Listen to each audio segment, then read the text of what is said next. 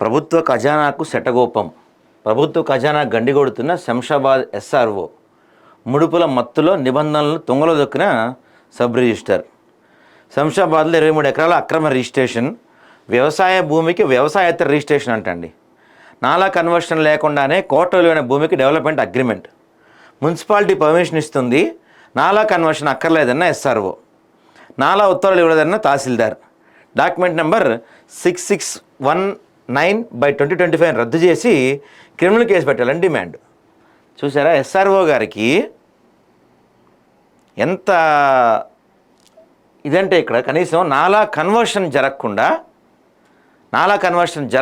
20 కొన్ని కోట్ల విలువైన భూముల్ని డెవలప్మెంట్కి మార్చేశారు. దానికి కొంత అమౌంట్ చెల్లించాల్సి ఉంటుంది. అగ్రికల్చర్ ల్యాండ్స్ని నాన్ అగ్రికల్చర్ ల్యాండ్గా మారిస్తేనే వాటిని డెవలప్ చేయడానికి, అంటే ఫ్లాట్స్ కానీ లేకపోతే వెంచర్లు కానీ వేయడానికి పర్మిషన్ తీసుకోవాలి. దానికి కొంత డబ్బులు చెల్లించాలి గవర్నమెంట్కి. ఆ డబ్బులు ఏదో డైరెక్ట్గా వీళ్ళకే చెల్లించేసి ఉంటారు బహుశా. అందుకని ఆ నాలా కన్వర్షన్ లేకుండా డైరెక్ట్గా వాళ్ళకి పర్మిషన్ ఇచ్చేశారు. అదేంటి అలా ఎలా ఇచ్చారని అడిగితే ఏమని చెప్తున్నారు చూసారా, మున్సిపాలిటీ పర్మిషన్ ఇచ్చిందంట. 85% వాటికి ఇక్కడ మున్సిపాలిటీ పర్మిషన్ ఇచ్చింది, కాబట్టి నాలా కన్వర్షన్ అవసరం లేదనుకున్నా అని చెప్తున్నారు. అసలు మున్సిపాలిటీ పర్మిషన్కి నాలా కన్వర్షన్కి ఎటువంటి వెరిఫికేషన్ చేయకుండా నాలా కన్వర్షన్కి సర్టిఫికేట్ ఇవ్వడానికి అసలు ఏమన్నా సంబంధం ఉందా?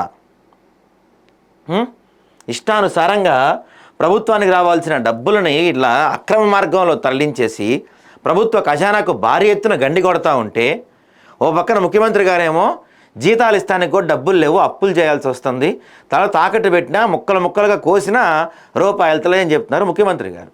ఓ పక్కన ఇలాంటి వాళ్ళు ఏమో ప్రభుత్వానికి రావాల్సిన సొమ్మును అప్పనంగా దోచుకుంటూ పక్కదారి పట్టిస్తున్నారు. మరి ఏమవుతుంది ఇంక పరిస్థితి, ఖజానా పరిస్థితి?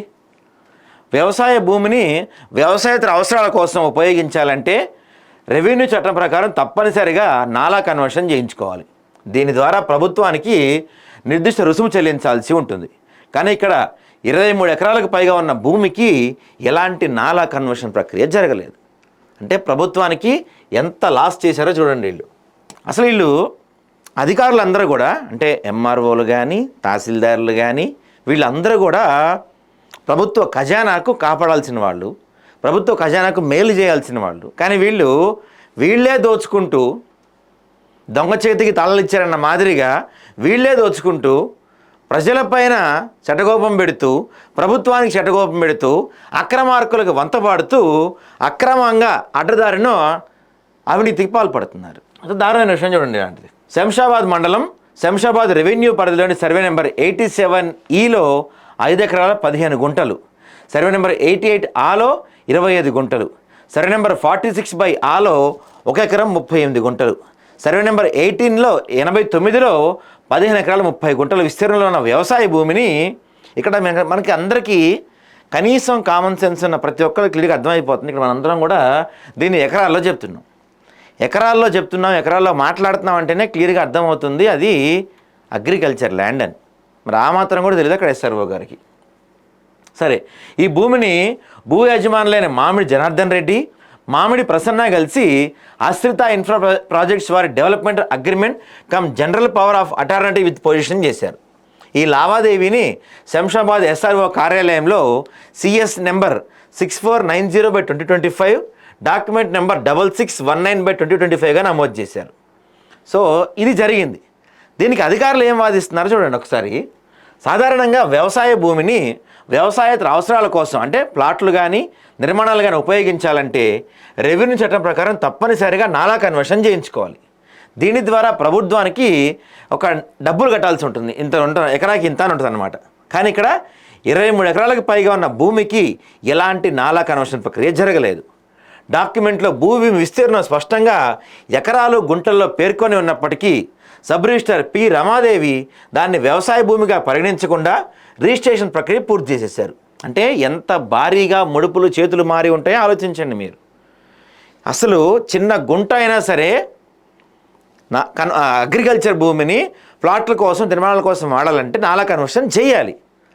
ఏకంగా 23 ఎకరాల భూమి నాలా కన్వర్షన్ జరగకుండా మొత్తం అంటే ప్రభుత్వ విధానం ప్రకారం నాలా కన్వర్షన్ అవ్వకుండా డెవలప్మెంట్ కోసం అయిపోయిందంటే, రిజిస్ట్రేషన్ అయిపోయిందంటే ఎంత డబ్బులు ముడుపులు మారుంటాయి, ప్రభుత్వ ఖజానాకి ఎంత నష్టం జరిగి ఉంటుంది చూడండి. దీనిపైన మా ప్రతినిధి వివరణ అడిగే ప్రయత్నం చేశారు. దానికి రమాదేవి గారు అంటారు, శంషాబాద్ మున్సిపాలిటీలో 85% భూమి ప్లాట్లుగా మారిపోయిందంట. దీనికి మున్సిపాలిటీ అధికారులు పర్మిషన్ ఇస్తున్నారంట. కాబట్టి దీనికి నాలా కన్వర్షన్ అవసరం లేదంట. అసలు ఏం మాట్లాడుతున్నారో మరి మేడం కన్నా అర్థమవుతుందో లేదో. మున్సిపాలిటీ వాళ్ళు పర్మిషన్ ఇవ్వటం ఏంటి? అసలు వ్యవసాయ భూమికి మున్సిపాలిటీ పర్మిషన్ ఎందుకు ఇస్తారు? దానికి మీరు నాలా కన్వర్షన్ అవసరం లేదని మీరు ఎలా చెప్తారు? ఇప్పుడు తప్పు చేసినప్పుడు ఆ తప్పును కప్పించుకోవడానికి ఒక సమర్థవంతమైన కనీసం మీరు ఒక వాదన ఉండాలి. ఇలాంటి ఆ తలా తోకా లేని వాదన ఎలా చేస్తారు మేడం మీరు? ఇది కేవలం తన తప్పును కప్పించుకోవడానికి చెప్తున్న కుంటి సాకని స్పష్టమవుతుంది.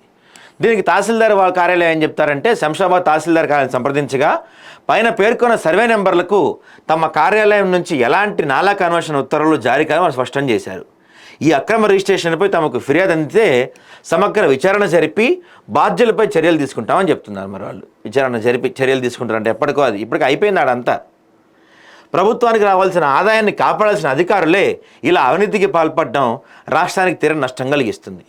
ఈ ఒక్క లావాదేవీలను ప్రభుత్వ ఖజానాకు కోట్ల రూపాయల నష్టం జరిగింది. అంటే దొరికితే దొంగ, దొరకనంత వరకు దొర అంటారు కదా. మనకి ఈ ఒక్క దాంట్లోనే కొన్ని కోట్ల రూపాయల ప్రభుత్వానికి నష్టం జరిగింది కనపడుతుంటే ఎదురుగా. ఇక కనపడనివి, తెలియనివి, తెర వెనక జరిగేనివి ఎన్ని కోట్లు ఉండుంటాయో ఆలోచించుకోండి మీరే. ఉన్నతాధికారులు తక్షణమే స్పందించి అక్రమ రిజిస్ట్రేషన్ వెనుక సొత్తుదారులపై కఠిన చర్యలు తీసుకోవాలి. డాక్యుమెంట్ నెంబర్ 108/2025ను తక్షణమే రద్దు చేసి బాధ్యులైన SRO అధికారిపై క్రిమినల్ కేసు నమోదు చేయడంతో పాటు భూమికి నాలా రుసుము వసూలు చేయాలని డిమాండ్ చేస్తున్నారు. లేని పక్షంలో ఇలాంటి అక్రమాలు రాష్ట్ర వ్యాప్తంగా పెరిగిపోయే అవకాశం ఉంది. ఈ SRO చేసిన మరిన్ని అవినీతి అక్రమాలపై మరో కథనం ద్వారా మీ ముందుకు తీసుకుపోతుంది. ఎందుకంటే మనకి దొరికింది ఏది, ఇప్పుడు ఈ ఇదైతే ఉందో ఇది దొరికింది. ఇలాంటివి దొరకకుండా దాచి చేసిన అక్రమాలు పుట్టలుగా ఉన్నాయి. అవి మొత్తం పూర్తి ఆధారాలు సహా మా దగ్గర అన్నీ విత్ డాక్యుమెంటెడ్ ప్రూఫ్స్ ఉంటాయండి. పూర్తి ఆధారాలు సహా మా దగ్గర ఉన్నాయి. ఒక్కొక్కటిగా అతి తొందరలో మేము ముందు పెట్టబోతున్నాం ఆదాబ్ హైదరాబాద్ ద్వారా.